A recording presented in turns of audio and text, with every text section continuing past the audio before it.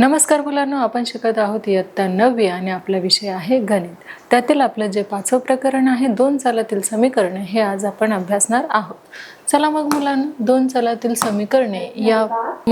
आपण दोन चलातील समीकरणे या पाठाला आज आपण सुरुवात करणार आहोत. तर पहा, या पाठामध्ये आपण काय शिकणार आहोत तर दोन चलातील रेषीय समीकरणे व एक सामायिक समीकरणे आणि एक सामायिक समीकरणावरील शाब्दिक उदाहरणे हे कसे सोडवायचे हे या पाठामध्ये आज आपण पाहणार आहोत. मग मुलांना सुरुवात करणार आहोत त्याच्या स्पष्टीकरणाला. तर पहा, मागील इयत्तेत आपण काय शिकलेलो आहोत तर चलातील रेषीय समीकरणे हे आपण शिकलेलो आहोत. त्याचं जे रिव्हिजन आहे ते आपण पुन्हा एकदा करणार आहोत. बघा, m + 3 = 5, m = 5 - 3, m बरोबर किती येणार आहे तर 2 येणार आहे. मग 2p = p + 4n, 2p - p = 4/9. मग p = 4/9 हे आलेलं आहे. हे जे समीकरण आहे, वरील प्रत्येक समीकरणात चलाचा जो घातांक आहे तो किती असणार आहे तर 1 असणार आहे.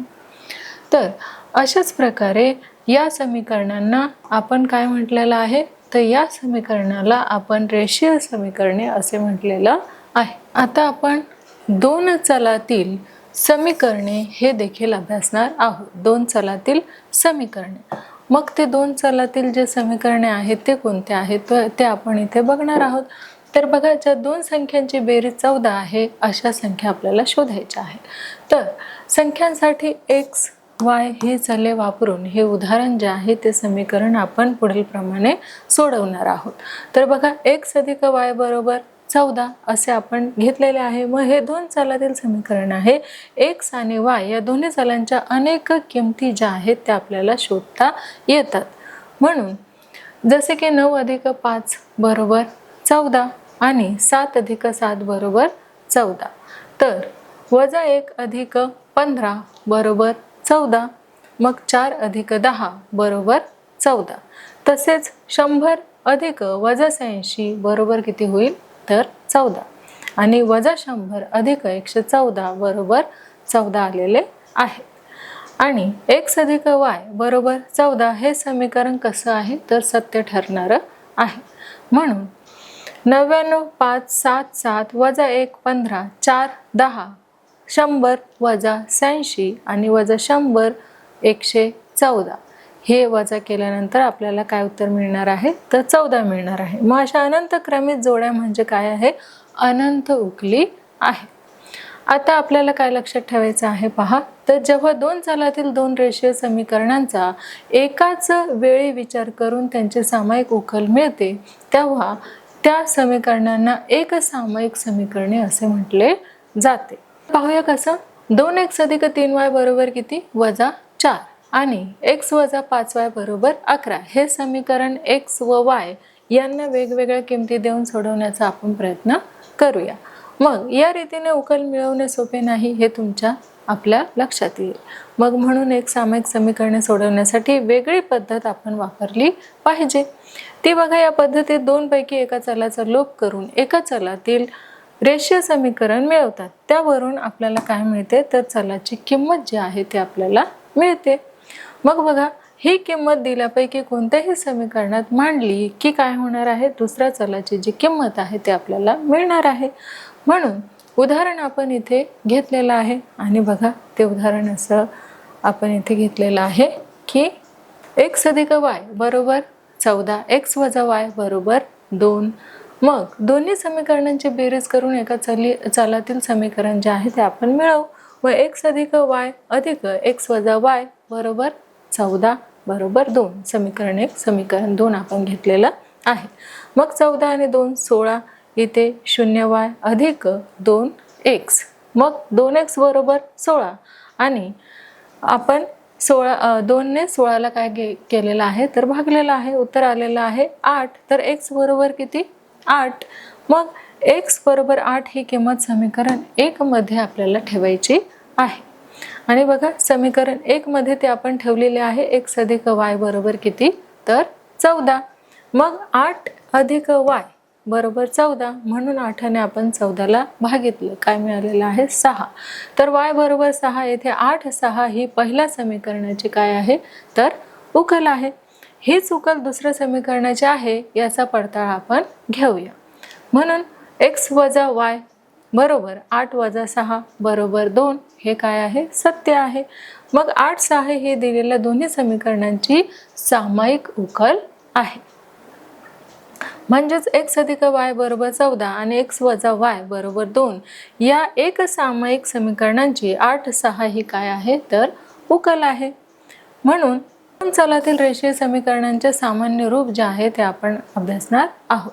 बघा, x अधिक by अधिक c बरोबर 0 या समीकरणात a, b, c या वास्तव संख्या असतील आणि a व b या एकाच वेळी शून्य नसतील तर हे समीकरण जे आहे दोन चलातील रेषीय समीकरणाने सामान्य रूप जे आहे ते आपल्याला त्याला द्यायचं आहे. आणि बघा, त्याचं सामान्यीकरण जे रूप आहे ते आपण इथे दिलेलं आहे. इथे आपण पाहू शकतो की या समीकरणात दोन्ही चलांचा घातांक काय आहे? 1 आहे. हे समीकरण कसं आहे? तर रेषीय असं हे समीकरण आहे. मग खालील एक सामायिक समीकरणे आपल्याला सोडवायची आहे. एक सामायिक समीकरण ती आहे 3x अधिक y बरोबर 15 हे आहे पहिलं. 2x अधिक 3y बरोबर 1 हे आहे दुसरं समीकरण. मग येथे एका चलाचा लोप करण्यासाठी दोन्ही समीकरणातील एकाही चलाचा सहगुणक समान किंवा विरुद्ध संख्या नाही. तो कसा असतो? तर समान करून आपण इथे घेणार आहोत. म्हणून बघा, समीकरण 1 च्या दोन्ही बाजूंना आपल्याला 3 ने गुणायचं आहे. मग इथे गुणलेलं आहे 3x गुणिले 3 अधिक 3x गुणिले y 5 गुणिले 3 म्हणून 9x अधिक 3y बरोबर किती? तर 15. तिसरं हे समीकरण आहे. मग 2x अधिक 3y बरोबर 1 हे 2 वरून आपण घेतलेलं आहे. त्यानंतर आता समीकरण 2 हे समीकरण 3 मधून आपल्याला वजा करायचं आहे. तर बघा, 9x अधिक 3y बरोबर 15 हे तिसरं समीकरण आणि वजा 2x अधिक 3y बरोबर 1 हे दुसरं समीकरण, त्यातून आपल्याला वजा करायचं आहे. मग आपण ते इथे वजा करून घेतलेलं आहे. तर इथे 15 मधून घालवायचं आहे आपल्याला इथे 14, मग 0y आणि अधिक 7x. मग x बरोबर किती आलेला आहे? 2 आलेला आहे. तर x बरोबर 2 ही किंमत कोणत्याही समीकरणात ठेवू. तर 2x अधिक 3y बरोबर 1 दुसरं समीकरण, 2 गुणिले 2 अधिक 3y बरोबर 1 आणि 4 अधिक 3y बरोबर किती? तर 1. म्हणून 3y बरोबर वजा 3 आलेले आहेत. तर y बरोबर किती? तर वजा 1. म्हणून 2 वजा 1 ही उकल दुसऱ्या समीकरणासाठी ही कशी आहे? सत्य आहे. हे आपण पडताळलेलं आहे. आपण पाहू शकतो की एका चलाची किंमत दुसऱ्या चलाच्या रूपात ठेवून चलाचा जो लोप आहे तो आपण इथे बघणार आहोत. तर पहा, चलाचा लोप करण्यासाठी आणखी एक पद्धत आहे. ती म्हणजे समीकरणातील एका चलाची किंमत दुसऱ्या चलाच्या रूपात काढून ती दुसऱ्या समीकरणात ठेवून पहिल्या चलाचा आपल्याला लोप करता येतो. म्हणून ही पद्धत पुढील उदाहरणातून आपण समजून घेणार आहोत. तर बघा, 8x अधिक 3y बरोबर 11 आणि 3x वजा y बरोबर 2. मग उकल जे आहे 8x अधिक 3y बरोबर 11 हे पहिलं समीकरण आणि 3x वजा y बरोबर 2 हे दुसरं समीकरण आपण इथे घेतलेलं आहे. समीकरण 2 मध्ये y ची किंमत x चलात मांडणे कसे आहे? सोपे आहे. म्हणून 3x वजा y बरोबर 2 आणि 3x वजा 2 बरोबर y. आता y बरोबर 3x वजा 2 ही किंमत समीकरण 1 मध्ये आपण ठेवूया.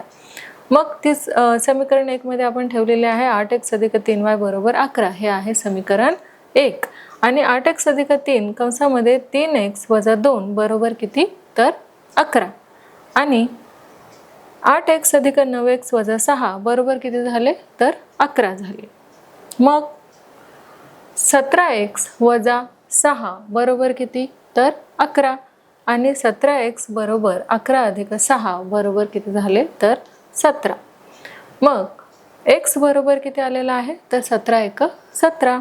तर x बरोबर 1 आलेला आहे. x ही किंमत y बरोबर 3x वजा 2 यात आपण ठेवूयात. मग y बरोबर 3 गुणिले 1 वजा 2. त्यानंतर y बरोबर किती आलेले आहे तर बे एक बे म्हणजे 1 आलेलं आहे. 1 1 ही या समीकरणाची काय आहे उकल आहे. आता खालील एक सामायिक समीकरणे आपण सोडवूया. तर बघा x अधिक y बरोबर 4, 2x वजा 5y बरोबर 1. मग याची जी उकल आहे ते आपण पुढील प्रमाणे करूया. तर बघा x अधिक y बरोबर 4 समीकरण 1, 2x वजा 5y बरोबर 1 समीकरण 2 आणि y चलाचा लोप करण्यासाठी समीकरण 1 ला 5 ने गुणू व समीकरण 2 मध्ये ते आपल्याला मिळवायचं आहे. म्हणून समीकरण 1 गुणिले 5 आणि 5x अधिक 5y बरोबर 20. मग अधिक 2x वजा 5y बरोबर किती तर 1. मग याचे आपल्याला बेरीज करायची आहे. किती झालेले आहे 21, 0y आणि 7x. मग x बरोबर किती तर x 21/7 हे आपले आलेले आहे. मग x बरोबर किती तर 3. x बरोबर 3 ही किंमत समीकरण 1 मध्ये आपण ठेवूया. तर x अधिक y बरोबर 4, 3 अधिक y बरोबर 4. मग y बरोबर 4 वजा 3 म्हणून y बरोबर काय आलेला आहे 1 आलेला आहे. मग 3 1 ही काय आहे उकल आहे. तर दुसरा आहे 2x अधिक y बरोबर 5, 3x वजा y बरोबर किती तर 5. त्याची उकल जे आहे ते आपण इथे करून घेतलेली आहे. म्हणून बघा एक सामायिक समीकरणावरील जे शाब्दिक उदाहरण आहे ते आपण इथे घेणार आहोत. बघा पायऱ्या शाब्दिक उदाहरण काळजीपूर्वक आपल्याला समजून घ्यायचं आहे. म्हणून उदाहरणातील माहितीवरून राशींसाठी चले जे आहे ते आपण वापरलेले आहे आणि चले वापरून विधाने गणिती भाषेत आपल्याला लिहायचे आहेत. तर बघा पायऱ्या आहे योग्य पद्धतींचा उपयोग करून समीकरणे आपल्याला सोडवायची आहेत आणि उकल जी आहे ती मिळवायची आहे. म्हणून आलेले उत्तर समीकरणात ठेवून आपल्याला पडताळा देखील घ्यायचा आहे व उत्तर आपल्याला लिहायचं आहे. तर बघा उदाहरण आहे 2 संख्यांची बेरीज 36 आहे. एका संख्येच्या 8 पटीतून 9 वजा केले असता दुसरी संख्या आपल्याला मिळत असते. मग आपलं हे उदाहरण आहे. पहिली संख्या आपण x मानलेली आहे आणि जी दुसरी संख्या आहे ती आपण y मानलेली आहे. तर संख्यांची बेरीज 36 म्हणून x अधिक y बरोबर 36 आणि लहान संख्येची 8 पट म्हणजेच किती 8x हे आपण घेतलेले आहे. लहान संख्येचे 8 पट वजा 9 बरोबर 8x वजा 9. संख्या बरोबर y बरोबर 8x वजा 9. आता बघा x अधिक y बरोबर किती तर 36. 8x अधिक y बरोबर 9 आणि 9x बरोबर 45 हे आपण घेतलेले आहे. मग x बरोबर आलेले आहे 5. तर 9 5 45 म्हणून 5 अधिक y बरोबर 36. y बरोबर 36 वजा 5. 36 मधून 5 आपण y 5 मायनस केलेले आहे. y बरोबर 31 आलेले आहे. आता x बरोबर 5y बरोबर 31. मग 31 अधिक 5 बरोबर 36 हे समीकरण 1 आपण मानलेलं आहे. त्यानंतर 31 बरोबर 8 गुणिले 5 वजा 9 हे समीकरण 2 आहे. मग त्या संख्या 5 व 31 आहेत. कुठल्या आहेत तर 5 आणि 31 या आहेत. पुढील बघा आता आपण विविध प्रकारच्या शाब्दिक उदाहरणांचा काय करणार आहोत तर विचार इथे करणार आहोत. तर जे शाब्दिक उदाहरणं आहेत त्या आपण इथे घेणार आहोत. पहिलं आहे वयांशी निगडित उदाहरणे, संख्यांशी निगडित उदाहरणे आणि अपूर्णांकावरती आधारित जे उदाहरणे आहेत ते आर्थिक व्यवहारावर आधारित काही उदाहरणे आपण घेणार आहोत आणि भौमितिक आकृत्यांच्या गुणधर्मावर आधारित उदाहरणे आपण घेणार आहोत. वेग अंतर वेळ यावर आधारित उदाहरणे देखील आपण इथे अभ्यासणार आहोत. तर बघा जे उदाहरण आहे तो आहे 2 संख्यांची बेरीज 103 आहे. जर मोठ्या संख्येला लहान संख्येने आपण भागले तर भागाकार 2 येतो, बाकी 19 उरते. तर त्या संख्या आपल्याला शोधायच्या आहे. तर बघा त्या ज्या संख्या आहेत त्या आपण इथे शोधलेल्या आहे. तर इथे आपण पाहू शकतो की पायरी 1 जे आहे ते म्हणजे शाब्दिक उदाहरण समजून घेणे जे आपण समजून घेतलेलं आहे. तसेच भाज्य बरोबर भाजक गुणिले भागाकार अधिक बाकी हा नियम आपल्याला लक्षात ठेवायचा आहे. मग मोठी संख्या x मानलेली आहे आणि लहान संख्या जी आहे ती y मानलेली आहे. तर इथे पायरी 3 जी आहे ती आहे दिलेली माहिती संख्यांची बेरीज बरोबर किती, तर 103. म्हणून x अधिक y बरोबर 103 हे समीकरण आपल्याला मिळालेले आहे. आता इथे आपण बघू शकतो की मोठ्या संख्येला लहान संख्येने भागल्यास भागाकार किती येणार आहे, तर 2 येतो. बाकी 19 उरते. म्हणून x बरोबर 2 गुणिले y अधिक 19. तर भाज्य बरोबर भाज्य गुणिले भागाकार अधिक बाकी म्हणजेच x वजा 2y बरोबर 19 हे दुसरे समीकरण जे आहे ते आपल्याला इथे मिळणार आहे. मग हे आपल्याला दुसरं समीकरण जे आहे ते आता पायरी 4 बघा. आता तयार समीकरणांची जी उकल आहे ते आपण इथे काढणार आहोत. तर x अधिक y बरोबर 103 समीकरण 1 वरून हे आपण घेतलेलं आहे. x वजा 2y बरोबर 19 समीकरण किती आहे, तर 2 आहे. मग समीकरण 1 मधून समीकरण 2 आपल्याला वजा करायचं आहे. बघा x अधिक y बरोबर 103 आणि वजा x वजा 2y बरोबर 19. आता वजा बाकी आपल्याला इथे करून घेऊया. तर 103 मधून 19 वजा केलेले आहे 84 आपल्याला मिळालेले आहे. इथे 3y अधिक 0 बरोबर y बरोबर किती, तर 28 आपल्याला मिळालेले आहे. तर x अधिक y बरोबर 103 या समीकरणात y ची किंमत आपण ठेवलेली आहे. म्हणून x अधिक 28 बरोबर किती, तर 103. त्यामुळे x बरोबर 103 वजा किती, तर वजा 28. x बरोबर किती मिळालेले आहे, तर 75 मिळालेले आहे. मग पायरी 6 दिलेल्या संख्या 75 व किती आहेत, 28 आहे. आता पुढील जे उदाहरण आहे ते आपण इथे बघणार आहोत की सलीलचे वय संग्रामच्या वयाच्या निम्म्यापेक्षा 23 वर्षांनी जास्त आहे. 5 वर्षापूर्वी त्यांच्या वयाची बेरीज 55 वर्षे होती. तर त्यांच्या आजची जी वय आहे ते आपल्याला काढायचे आहे. तर बघा ते आपण इथे काढून घेतलेली आहे. तर बघा सलीलच्या आजचे वय x मानू व संग्रामचे किती मानू, तर y वर्ष मानू. मग सलीमचे वय संग्रामच्या वयाच्या निम्म्यापेक्षा 23 ने कसे आहे, तर जास्त आहे. म्हणून x बरोबर y छेद 2 अधिक 23. मग 5 वर्षापूर्वीचे सलीलचे जे वय आहे ते किती आहे, x वजा 5 आणि 5 वर्षापूर्वीचे संग्रामचे वय आहे y वजा 5. मग 5 वर्षापूर्वीचे त्यांच्या वयाची जी बेरीज आहे ती आहे 55.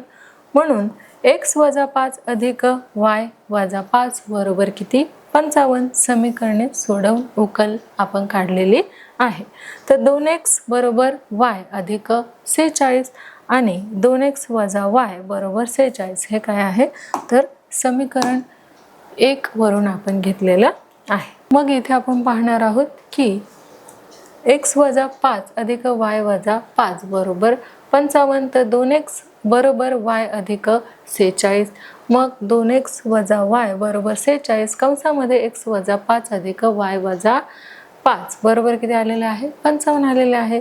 म्हणून x अधिक y बरोबर किती, तर 65 हे आहे समीकरण 2. मग समीकरण 1 व समीकरण 2 यांचे आपल्याला बेरीज करून घ्यायचे आहे, जे आपण इथे केलेली आहे.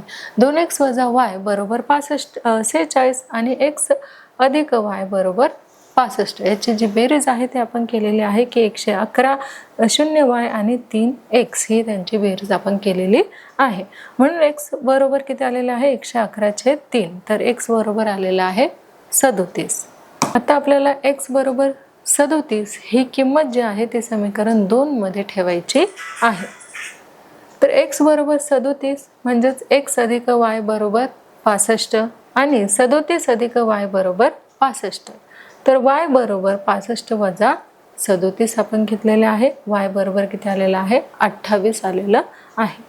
तर त्यांचे आजचे वय जे आहे, सलीलचे आजचे वय 37 वर्ष आहे व संग्रामचे आजचे वय जे आहे ते 28 वर्ष आहे.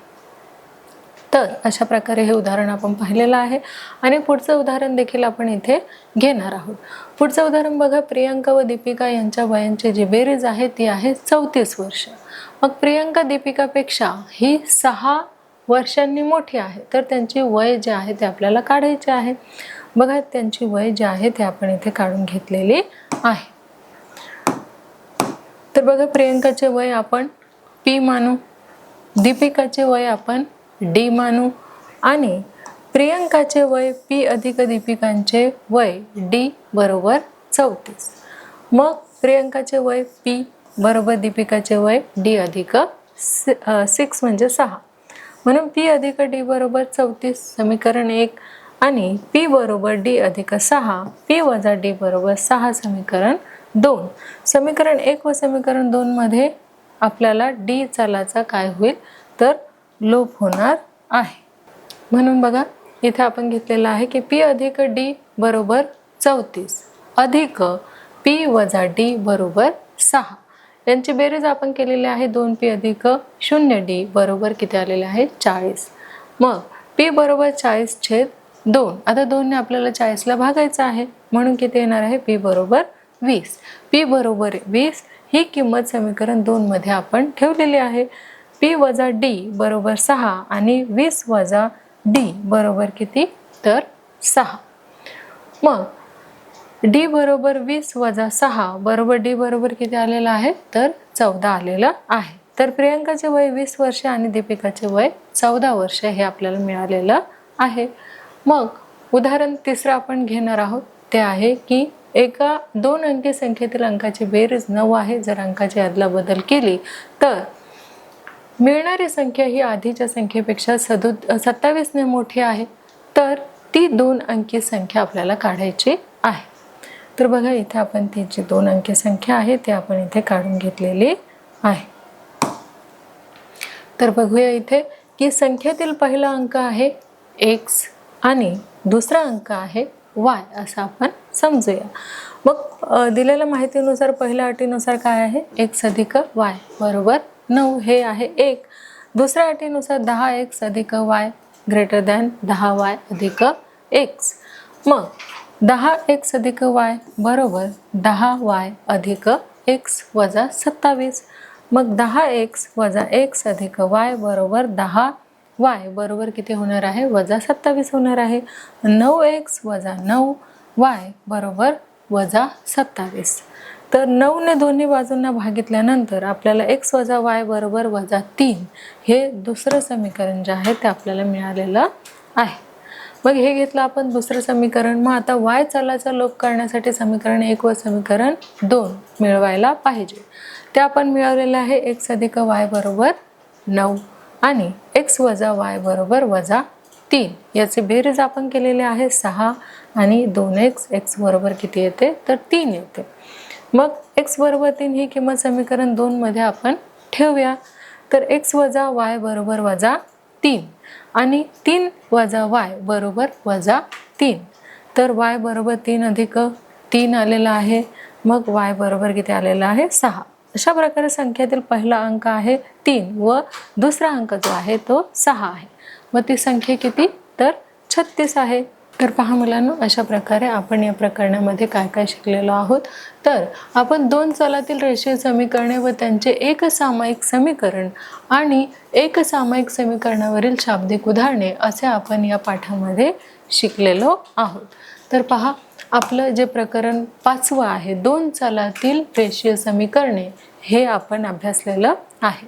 आता त्याचा सराव खेळ परीक्षा आणि काही प्रश्न उत्तरांचा सराव करून देखील आपण हे जे प्रकरण आहे ते अधिक चांगल्या पद्धतीने समजून घेण्याचा प्रयत्न करणार आहोत.